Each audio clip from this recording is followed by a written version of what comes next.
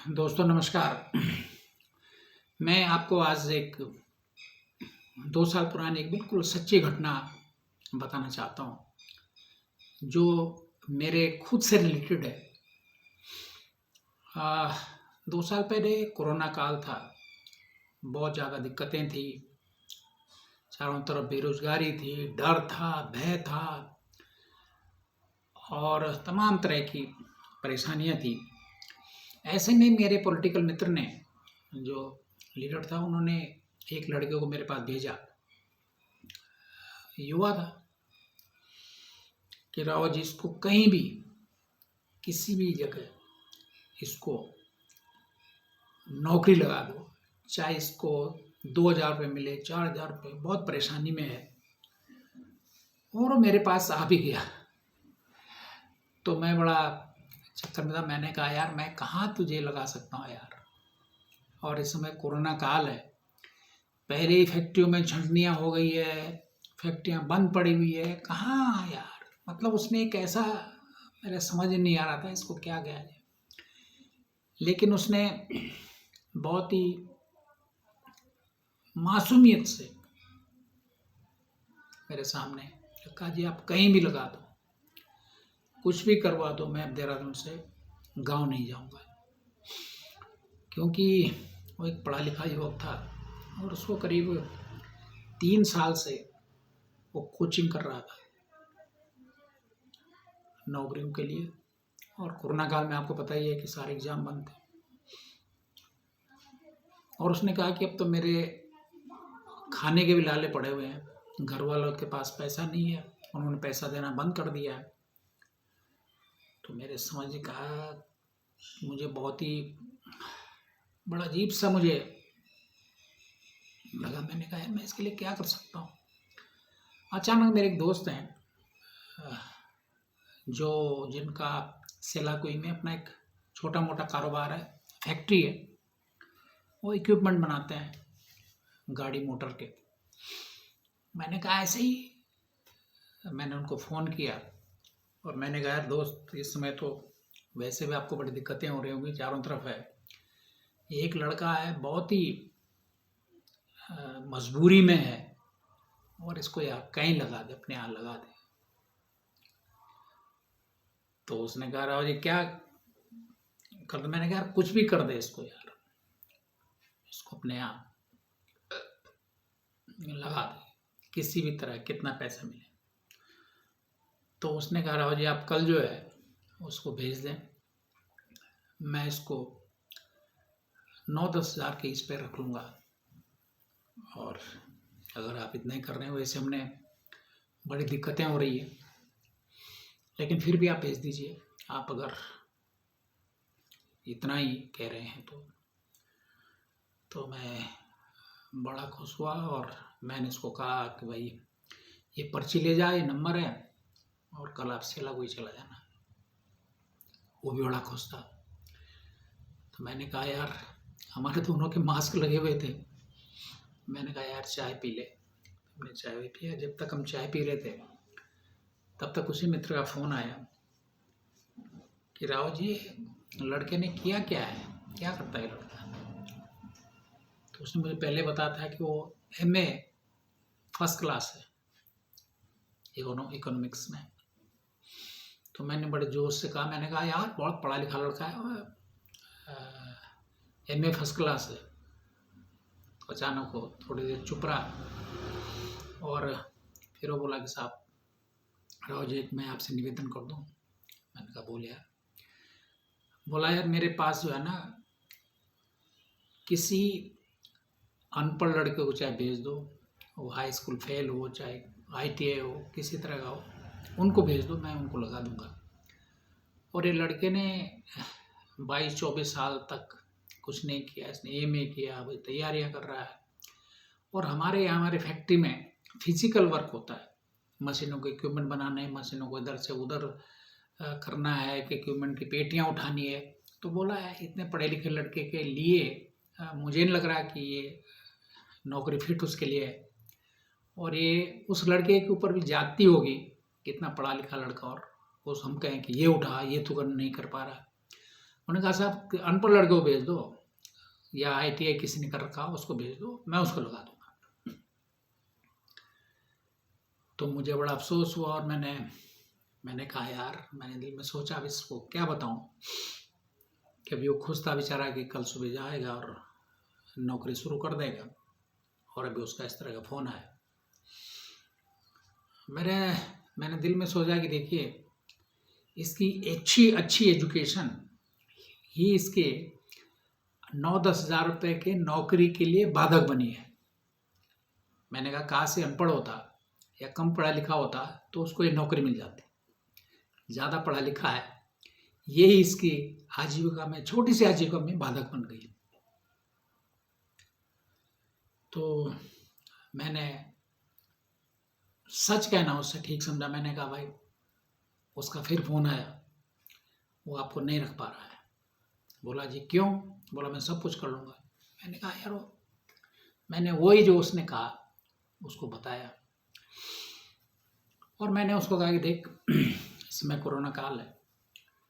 मैंने उससे कहा कि आपका घर में क्या क्या है? बोला जी मेरे पास खेती बहुत है, मकान भी बड़ा है, माँ बाप रहते हैं, भाई बाहर रहता है, उनका परिवार दिल्ली में है, मैं अकेला हूँ और मैं चाह रहा हूँ कुछ कर लूँ और माँ बाप की करूँ।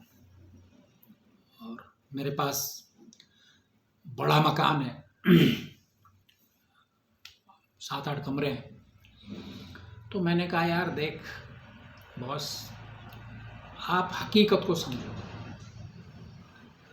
स्किल नहीं है तो कुछ भी नहीं।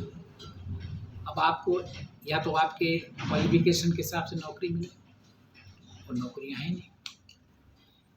मेरा सुझाव आपको है कि आप अपने गांव जाओ, अभी कोरोना काल वैसे ही है, और आप गांव में मशरूम उत्पादन कीजिए, ऑस्टर। और ऑस्टर का बीज मैं आपको दिलाता हूँ 5-7 किलो। उसमें देखो, यूट्यूब पे देख लो, और मैं बता देता हूँ आपको, कुछ नहीं करना है। जो गेहूं का भूसा गांव में होगा ये ले लेना, उसको उबालना है, बॉयल कीजिए, स्लाइस कीजिए, उसमें ये डालिए और उसको रख दीजिए कमरों में, और 20-21 दिन बाद, 25 दिन बाद आपको ऑस्टर पैदा होने लगेगा। और आप खुद भी खाइए, और छोटा मोटा जो पैदा होता है उसको बेचिए भी, क्योंकि पहाड़ों में सब्जियां सब शहरों से आती है विंटर में। और इस समय हॉर्टिकल्चर मिशन है, 80% की सब्सिडी है। मेरे मित्र हॉर्टिकल्चर के अधिकारी हैं, मैं उनसे कह दूंगा आप उनको प्रॉपर फॉर्म भरिए और आप बगीचा लगाइए अपने खेतों में। आपको पूरी सब्सिडी, सब कुछ गवर्नमेंट की तरफ से मिलेगा। उसके बाद फिशरी अब में आप कर सकते हो, मछली पालन कर सकते हो। मैंने कहा पानी है आपके वहाँ? बोला जी मेरा गाँव हाई एल्टीट्यूड पे है, पानी खूब है, तो आप मछली पालन कीजिए। मैंने कहा मत खाइए धक्के। और मैंने कहा अगर तुझे नौकरी मिल भी जाती है तो आपको 10 से 12 घंटे कमर तोड़ मेहनत करवाते हैं वहाँ फैक्ट्रियों में। आप कीजिए, आप लिखे पढ़े लड़के, आप यूट्यूब पे देखिए, आप गवर्नमेंट साइट खोलिए। और मैंने उसको करीब 2 घंटे तक मैंने उससे बात की, और उसने कहा जी ठीक है, मैं आपकी बात से बिल्कुल पूर्ण तरह एग्री हूँ, आपने मेरी आंखें खोल दी। और फिर वो चाय पी के चल दिया। बात आई गई, और एक दिन अचानक उसका फ़ोन आता है, साहब मैं बोल रहा हूँ। मैं उसका गांव या वो इसलिए नहीं बता रहा हूँ कि उसको लगेगा, उसने मेरे से कहा भी है साहब अभी मेरा नाम ऑन मत देना, तभी कहा था। एक दिन उसका फ़ोन आता है करीब 6-7 महीने में कि साहब मैंने इस समय करीब 6 कुंटल मशरूम पैदा करके बेची है। 6 कुंटल, 600 किलो अगर, और करीब 120, 140, 150 जैसा डिमांड थी, और बेहद खुश था। उसने कहा कि मुझे हॉर्टिकल्चर मिशन से सेब का बाग भी सैंक्शन हो गया है, और मैं इस समय बाग लगाने की तैयारी कर रहा हूँ, मेरे पास खेत बहुत है। और बोला हमने एक गांव में कोऑपरेटिव बना ली है, 8-10 लड़कों ने, समझो मेरे तरह के लड़के थे, और हम संयुक्त रूप से काम कर रहे हैं। और अब हॉर्टिकल्चर डिपार्टमेंट हमें आधी कीमत पर मशरूम के बैग दे रहा है, बने बनाए बैग। मैं बहुत खुश हुआ और मैंने कहा ठीक है, मैं तेरे गांव आऊँगा, तेरे ऊपर स्टोरी करूँगा। उन्होंने कहा साहब मत करना, आप मुझे साल भर का समय दो, साल भर में दिखाऊंगा कि जो आपने हमें कहा था वो किस तरह मैंने जमीन पर उतारा है। वो बेहद खुश था।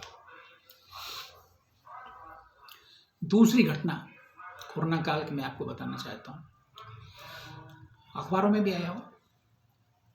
एक परिवार, एक लड़का, उसकी पत्नी, 2 बच्चे कोरोना काल में दिल्ली से अपने पहाड़ आ गए। वो हल्द्वानी के पास किसी गांव की या अल्मोड़ा के पास किसी गांव की घटना है, अखबारों में भी आई थी। और उसने कहा भाई ठीक है, मैं अपने गांव में खेती बाड़ी करूँगा। खेत बंजर थे तो उसने बैलों की जोड़ी खरीद ली और सब कुछ जो होता है गांव में ट्रेडिशनल, उसने उसमें हल चलाया।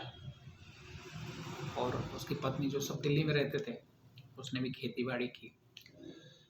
लेकिन कुछ साल बाद आपको पता ही है, जो ट्रेडिशनल खेती होती है वो बहुत टफ होती है, आसान नहीं है कि एकदम आप पहाड़ में आपको सीधे, और आप खासकर जो ट्रेडिशनल फसलें हैं, इसको हम कहते हैं कि मंडुआ, झंगोरा, या पहाड़ में आप इसकी खेती करना चाहो और वो भी नए लड़के, तो ये पॉसिबल नहीं है। उसकी कॉस्ट ऑफ प्रोडक्शन जो होती है वो भी नहीं उठती है।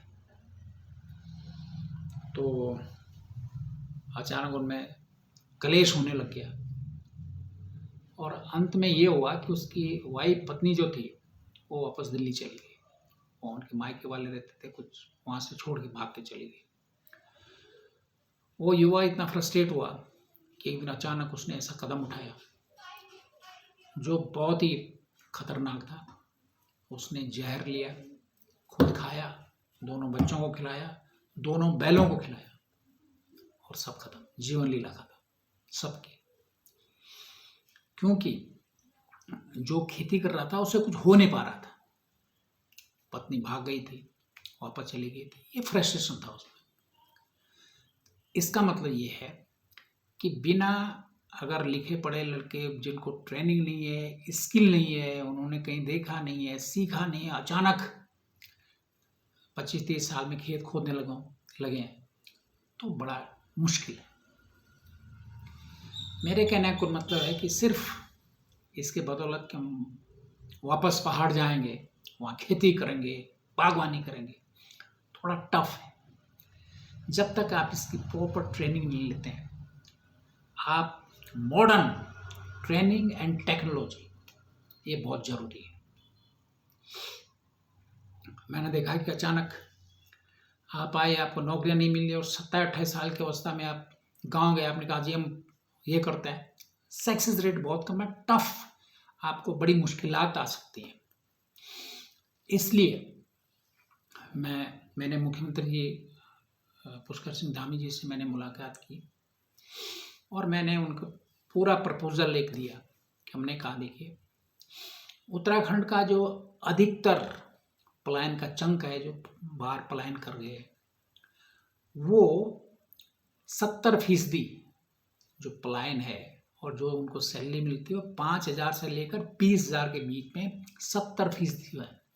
30% है जो इससे ऊपर कमाते हैं, अच्छा भी कमाते हैं, कई वो है, ठीक है, उसको पलायन नहीं कहेंगे, वो तो अच्छे के लिए पलायन है। लेकिन अगर आप 15 से 20,000 रुपये दिल्ली में कमाते हैं तो आपके महीने भर में सब खाने के लाले पड़ जाएंगे। अगर अकेले भी हुआ तो आपका किराया, आपका खाना, आपका पीना, और आप परिवार को नहीं पाल सकते उसमें। इसका मतलब आपका परिवार गांव में होगा और वहाँ आप जीरो प्रोडक्टिविटी पे काम कर रहे हैं और काम भी बहुत टफ होगा। कहीं से बसों पे जाना होगा, कहीं मेट्रो पे जाना होगा। इसलिए मैंने मुख्यमंत्री धामी जी के सामने एक प्रस्ताव रखा कि आप हमारे स्कूलों में, हमारे कॉलेजेस में कंपलसरी बागवानी और हॉर्टिकल्चर का एक सब्जेक्ट रख दीजिए। और उस सब्जेक्ट के लिए जितने भी आसपास के क्षेत्र के प्रगतिशील किसान हैं, प्रगतिशील बागवान हैं, ऐसे ऐसे बागवान हमारे पहाड़ में पैदा हो गए हैं, युवा, जो लाखों का सेब, मटर, टमाटर, इस तरह के फिशरीज, इस तरह का काम कर रहे हैं और सक्सेसफुल काम कर रहे हैं। उन्होंने बहुत कठिनाई झेली है लेकिन अब सफल हैं और सारी टेक्निक जानते हैं। इन तमाम जो व्यवसायी हैं इनको आप स्कूलों से जोड़िए कि भाई आप लेक्चर देने फलां फलां स्कूल में फलां फलां डेट में देंगे, दे दीजिए, इनको ऑनरेरियम दे दीजिए और ये लोग पूरी तन्मयता से बच्चों को पढ़ाएंगे, सिखाएंगे, उनके घरों में जाके प्लांटेशन करवाएंगे और अपने बगीचों में, जहाँ उनके बगीचे हैं, जहाँ खेत है, वहाँ प्रैक्टिकल भी करवाएंगे। तो जो हमारे और सब्जेक्ट हैं उनके साथ साथ भी एक जरूरी सब्जेक्ट होगा। वो बच्चे, उनको जड़ी बूटियां जो महंगी हजारों रुपए किलो पे जाते हैं, उसकी खेती कैसी होती है, उसकी ट्रेनिंग दी जाएगी। और हम कहते हैं कि साहब प्लांटेशन, उसमें फोटो छपवाते हैं, हरेला आ गया, अरे एक बार वो फोटो छाप देते हैं, अगले साल वो पेड़ ही नहीं दिखता। अगर एक बच्चा जो स्कूल में पढ़ता है, जो पढ़ने वाला है, वो हर साल अगर 5-10 पेड़ लगाएगा तो चूंकि वो उनके एजुकेशन से जुड़ेगा, उनके नंबरों से जुड़ेगा, तो उसमें इंटरेस्ट लेगा और हर साल अगर वो 5 पेड़ फलदार अपने खेतों में, अपने गांव में, अपने गमलों में वो लगाएगा तो पूरे प्रदेश में कितने बच्चे हैं, आपको लाखों नहीं करोड़ों पेड़ वो लगेंगे जिनका सक्सेस रेट बहुत ज़्यादा होगा, क्योंकि वो उनके नंबरों जुड़ेंगे, वो लोग देखेंगे, उस पर उसको नंबर मिलेंगे। वो अपने घर के मशरूम की खेती शुरू कर देगा, सुबह शाम घर वालों को न्यूट्रिएंट सब्जी मिलेगी और थोड़ा बहुत जो होगा उसको बेचेगा। तो पढ़ाई के साथ साथ अन्य सब्जेक्टों को, इतिहास, भूगोल, साइंस, ज्योग्राफी, आपका तमाम जो सब्जेक्ट है उनके साथ ये सब्जेक्ट भी जरूरी होगा। पहले था पहाड़ में, लेकिन अब ये हाईटेक हो गया, करोड़ों का बजट आ रहा है बागवानी पे। उन बच्चों को बाकायदा उसके लिए वो दिए जाएं, उनसे खरीद के पेड़ दिए जाएं, उनके लिए फर्टिलाइजर दिया जाए, जो मदद हो सकती है उनको दिया जाए। तो जब तक लड़का इंटरमीडिएट में जाता है, वो ग्रेजुएट जाता है, तब तक वो उसके साथ साथ एक एग्रीकल्चर साइंटिस्ट भी बन गया होता है, जो प्रैक्टिकल काम कर रहा होगा अपने बंजर खेतों में, अपने घर में, वो तब तक काम कर रहा होगा और वो इतना समृद्ध हो गया, वो टेक्निकली इतना साउंड हो चुका होगा, क्योंकि उसको डिपार्टमेंटल, जो डिपार्टमेंट के एक्सपर्ट हैं पहाड़ों में, कहीं भी पूरे प्रदेश में एक्सपर्ट हैं बागवानी के, जिन्होंने एग्रीकल्चर से कर रखा है, बागवानी से कर रखा है, उनको कॉलेज से जोड़िए, वो भी जाएंगे ट्रेनिंग देने स्कूलों में। तो मुझे लगता है कि जो हमारा 70% का बड़ा चंक है, जो मजबूरी में, जिनके पास कोई स्किल नहीं है और मजबूरी में घर से बाहर उनको आना ही पड़ता है, क्योंकि वहाँ कुछ नहीं है, वहाँ 2000 की व्यवस्था भी गांव में नहीं हो सकता, खेत बंजर हैं, घर बंजर हैं, तो वो लड़के अपने ही घर में तब तक 10, 20, 30, 40, 50 हजार रुपए कमा रहे होंगे ट्रेडिशनल पढ़ाई के साथ साथ। अगर आप बड़े कंपटीशन करते हैं, अगर आपको लगता है कि हम बड़ा compete करते हैं सरकारी नौकरी, तो आप जाएं, आप करें तैयारी। लेकिन अगर आप उसमें, क्योंकि नौकरियां बहुत कम है, 3% मुश्किल से नौकरियां जो धीरे धीरे बहुत कम तेजी से कम हो रहे हैं, इसका मतलब अगर 1 लाख बच्चे हैं तो उनको 3000 को नौकरी मिलनी है, 97 लोगों को नहीं मिलनी है, उसको कुछ ना कुछ और काम देखना है। तो इससे बेहतर ये है कि वो अगर नौकरी नहीं मिलती है तो अपना काम देखेंगे, उसके पास स्किल है, उसके पास वो होम टूरिज्म है। उसके बाद हिमालय तो इस समय खजाना, आप देख रहे होंगे कि बाहर टूट के पड़ रहे हैं लोग जमीनों को खरीदने के लिए, वो नर्सरीज लगा रहे हैं, वो कई तरह के काम कर रहे हैं। आपको बता दूं, जहाँ का मैं रहने वाला हूँ, यमुना घाटी का, वहाँ कई बाहर के लोग आ गए। अभी 3 लड़के हिमाचल के हैं, उन्होंने वहाँ की बंजर जमीनें ले ली लीज पर, और वहाँ नर्सरी का इतना शानदार काम कर रहे हैं कि लाखों का नहीं, करोड़ों की पौधे हर साल तैयार कर रहे हैं। जो भी देखता हो चमत्कृत रह जाता है। उनने कहा साहब पानी नहीं है, उन्होंने यमुना नदी में पंप लगाया और सीधा पंप से पानी खींच के पूरा सिंचित कर दिया पूरे एरिया को, और बिल्कुल औने पौने दामों पे उन्होंने लीज पे लिया है, करीब 25-30 साल। तो ये है आने वाला कल का भविष्य। इसलिए बागवानी, हॉर्टिकल्चर, हर्बिकल्चर और इको टूरिज्म का जमाना आ गया। अब टूरिस्ट गांव में जाना पसंद कर रहे हैं, और अगर आपके पास सब कुछ है, आपके पास बाग है, आप तो वो आपके घर में रहना चाहेंगे, आप उससे कमाइए। इको टूरिज्म में आप गांव में पहाड़ों पे टेंट लगाइए, गांव के कल्चर को दिखाइए, वो दिखाइए। तो आज आने वाला समय इसका है।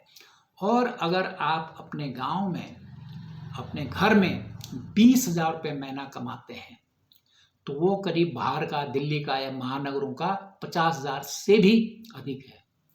क्योंकि आपका घर फ्री का है, आपको सुंदर एटमॉस्फेयर, जो वातावरण है वो शानदार है। फिर आप परिवार के साथ रहेंगे।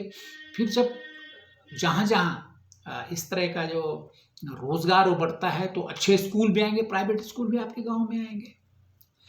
आपके अच्छे जो डॉक्टर्स हैं वो भी आएंगे, क्योंकि उनको इनकम होगी, तो आपके पहाड़ों में डॉक्टर आएंगे। जब गांव बंजर होंगे, 10 आदमी पूरे गांव में होंगे, तो कौन डॉक्टर आएगा, कौन वहाँ स्कूल खोलेगा। एक बड़ी पॉजिटिव बातें हैं कि समय जब रिजल्ट आया जो 10th और 12th का, तो जो टॉपर थे वो आपके पहाड़ी क्षेत्रों से आए हैं। रुद्रप्रयाग हो, उत्तरकाशी हो, पुरोला हो, आपके नैनीताल का कुमाऊं क्षेत्र हो, वहाँ से लड़के पढ़े हैं, क्योंकि उनको एटमॉस्फेयर मिल रहा है। आप देहरादून में देखिए, देहरादून में जो बच्चे आ रहे हो ड्रग के इसमें फंस रहे हैं, क्योंकि जो ड्रग के बड़े बड़े माफिया हैं उनके नज़र रहती है इन पर कि बच्चों को कैसे ग्रिप किया जाए, और फिर उन बच्चों को तैयार कर रहे हो, यहाँ से ड्रग पहाड़ों में सप्लाई कर रहे हैं। तो एक छोटी सी बात है कि अगर पढ़ाई में हम बुनियादी थोड़ा सा उसमें ऐड करें, तो बहुत बड़ा चमत्कार उत्तराखंड में और खासकर पहाड़ी क्षेत्रों में, जहाँ से पलायन सबसे ज़्यादा हो रहा है, वहाँ के लिए हो सकता है।